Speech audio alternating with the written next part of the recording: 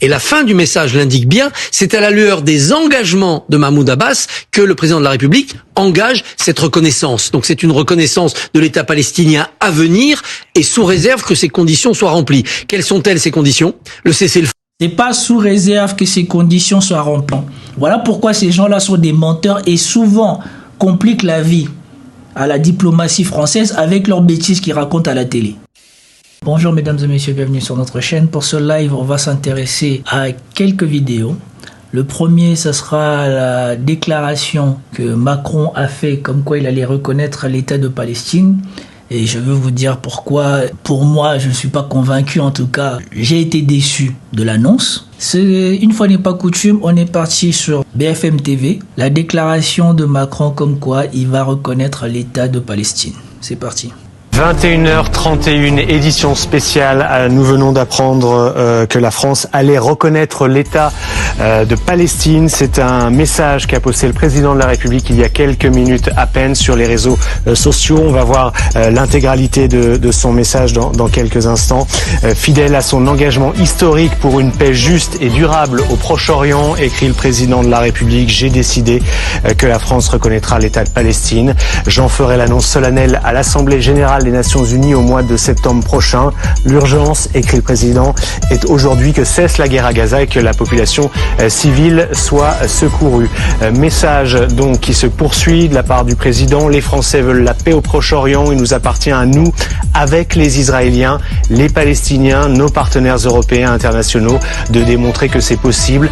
Confiance, clarté et engagement, nous gagnerons la paix. Voici les mots employés par le président de la République pour annoncer donc que la France allait reconnaître en septembre prochain, lors donc de l'Assemblée générale des Nations Unies, cette reconnaissance dont on parlait, Christophe Barbier, depuis plusieurs mois maintenant. C'est un peu un serpent de mer. Là, cette fois, c'est officiel, c'est annoncé. Ça sera fait aux Nations Unies à New York en septembre. En septembre. Il y avait déjà un rendez-vous qui avait été pris pour le mois de juin, qui avait été repoussé parce que l'offensive israélienne en Iran avait compliqué ce calendrier. Emmanuel Macron avait mis ça en réflexion depuis un certain temps. D'autres pays ont franchi le pas avant la France en Europe ces derniers mois. Mais ce message est en fait un message d'accompagnement d'une lettre à Mahmoud Abbas, le président de l'autorité palestinienne. Et la fin du message l'indique bien, c'est à la lueur des engagements de Mahmoud Abbas que le président de la République engage cette reconnaissance. Donc c'est une Attendez, justement c'est là que la nuance, et c'est ça précisément que je voudrais qu'on étudie bien. Si on peut accéder à ce tweet, ça serait pas mal. Donc nous avons ici le tweet de Macron. Fidèle à son engagement historique pour une paix juste et durable au Proche-Orient, j'ai décidé, patati patata, ok.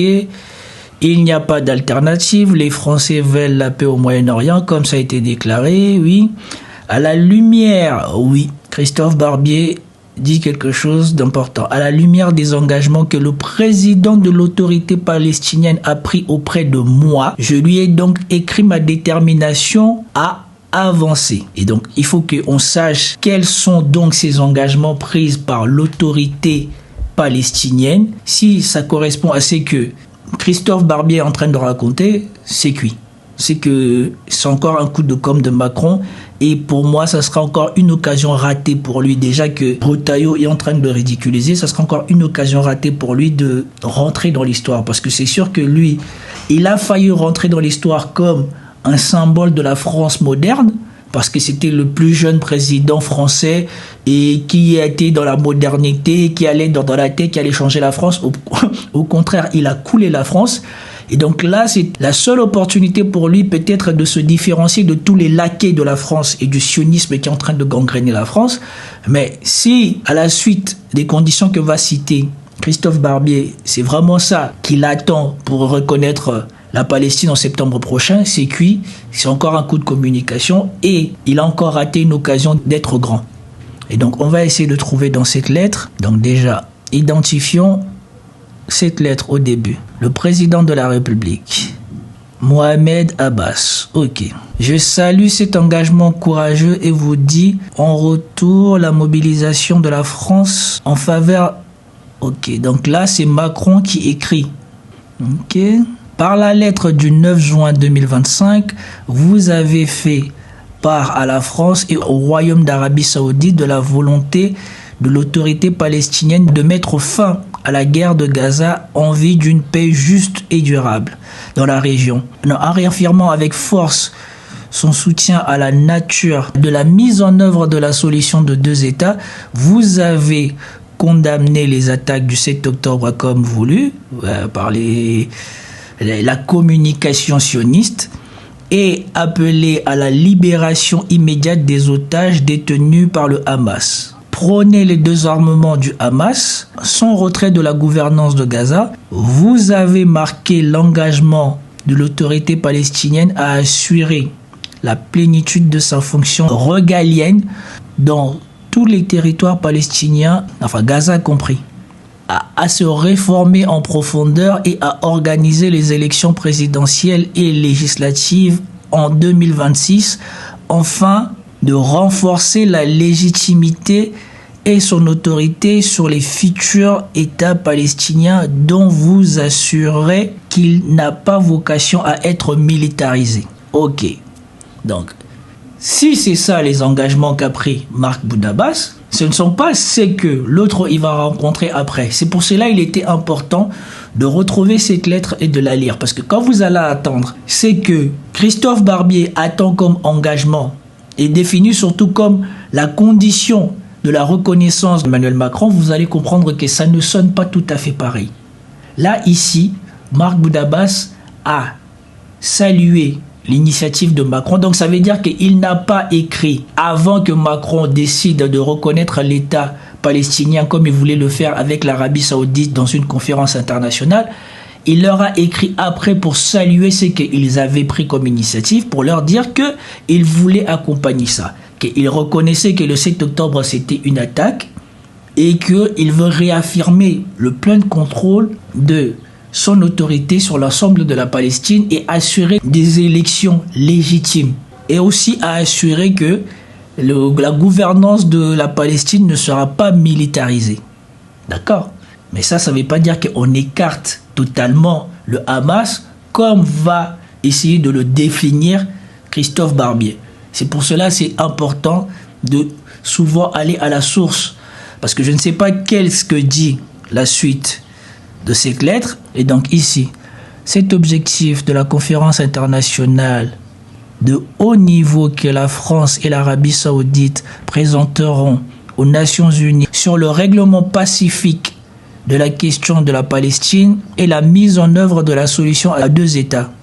L'urgence est de concrétiser la seule solution viable pour...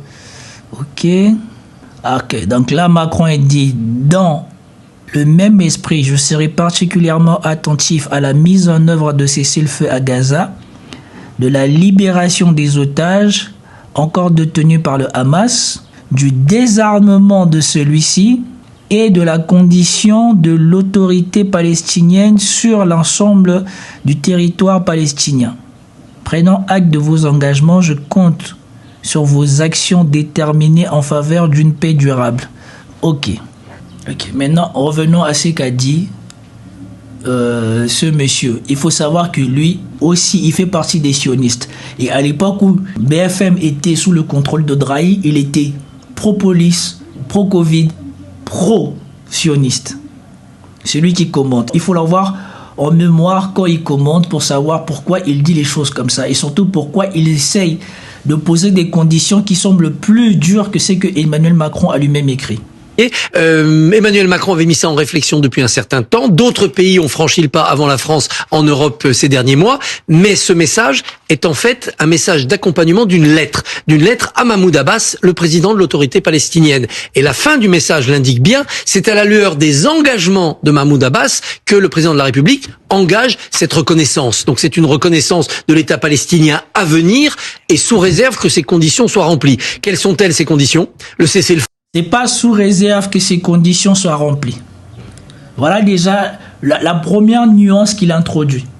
Mahmoud Abbas a voulu accompagner l'initiative de Macron. Donc ça veut dire que quand il écrit la lettre, c'est postérieur à l'initiative déjà prise par Macron et l'Arabie Saoudite. Il faut bien faire la distinction.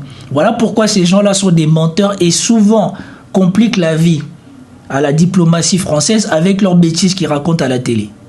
Feu à Gaza, la libération de tous les otages, le désarmement du Hamas et le départ du Hamas de toute forme de gouvernance à Gaza. Donc, vous avez vu le départ du Hamas et le désarmement du Hamas et le départ du Hamas de toutes sortes de gouvernements. Alors que dans la lettre, Macron, il dit Abbas s'est engagé à des élections légitimes et à une gouvernance non militarisée de la Palestine.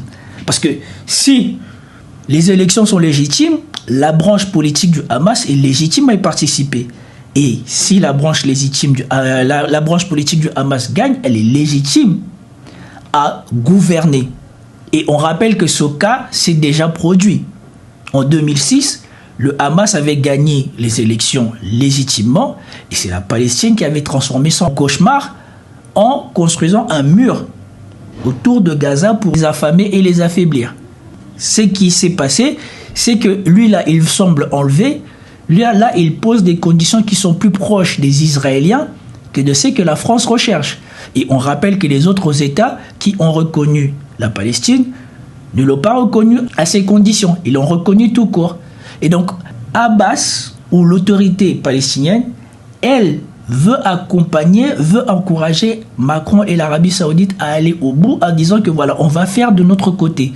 Et ici, vous avez ce sioniste français qui vient vous dire que non, la reconnaissance se fera à condition qu'il fasse ça préalablement. Non, le cessez-le-feu ne dépend pas que du Hamas. On rappelle que le cessez-le-feu n'est plus valide parce que Israël a refusé de continuer le processus qui était déjà signé. Israël devait quitter les territoires pour qu'on continue à libérer les otages. Ils ont dit qu'ils ne vont plus quitter les territoires. Et donc ici, il vient conditionner tout ça à ce que le Hamas va faire, mais pas à ce que la Palestine va faire. Donc, Emmanuel Macron s'engage à reconnaître une Palestine qui aujourd'hui n'existe pas et qui sera demain les territoires palestiniens reconstitués sous une autorité unique, celle de Mahmoud Abbas et de l'autorité palestinienne. Autant vous dire que le chemin est encore long pour que les différents territoires palestiniens soient réunis sur cette autorité unique après libération de tous les otages et cessez-le-feu. Donc c'est à la fois un moment diplomatique extrêmement fort. Il y aura en septembre à l'Assemblée générale des Nations Unies ce moment très fort, mais il est adjoint de toute une série de conditions, de si qui vont être très très longs à remplir. Ça permet aussi à Emmanuel Macron de reprendre... Voilà. Moi, je suis d'accord que les choses qui viendront après seront nécessaires pour normaliser l'État palestinien. Mais ici, voilà pourquoi les décryptages sont importants, parce que des gens comme ceux-là, c'est ceux-là qui bafouent, ou en tout cas rendent confus le message ou l'action de la diplomatie française, surtout au Moyen-Orient. Je ne vois pas en quoi Emmanuel Macron, il a écrit ce que lui là, il semble dire. Ce que Emmanuel Macron a dit là, c'est déjà les choses que on demande, tout le monde essaye d'avoir de la part d'Israël et n'a pas. Donc je ne comprends pas pourquoi, pour reconnaître l'État palestinien, on va aller se prendre la tête avec ce que Israël fait ou non. Et donc ici, vous avez la parole d'un premier sioniste. Et moi, franchement, quand j'ai attendu son commentaire de l'acte de Macron, je me suis dit, Macron, il a raté une occasion de rentrer dans l'histoire, de reconnaître l'État de la Palestine. Et en lisant la lettre de Macron, je me rends compte que lui, là, c'est plutôt un farceur. Il fait partie des sionistes qui essayent déjà de préparer le terrain, empêcher à Macron de faire ce qu'il a à faire. Parce que s'il faut rentrer dans la tête des Français qu'il y a toutes ces conditions-là et que toutes ces conditions-là ne sont pas reconnues en septembre, derrière, ils pourront mettre la pression à Macron pour dire que c'est pas la peine de les reconnaître. Regarde, ils n'ont pas réussi à concrétiser les conditions que tu avais demandées. C'est pour cela, maintenant, on va aller sur LCI pour voir qu'est-ce que eux disent de la lettre de Macron, s'ils ont la même interprétation que Christophe Barbier.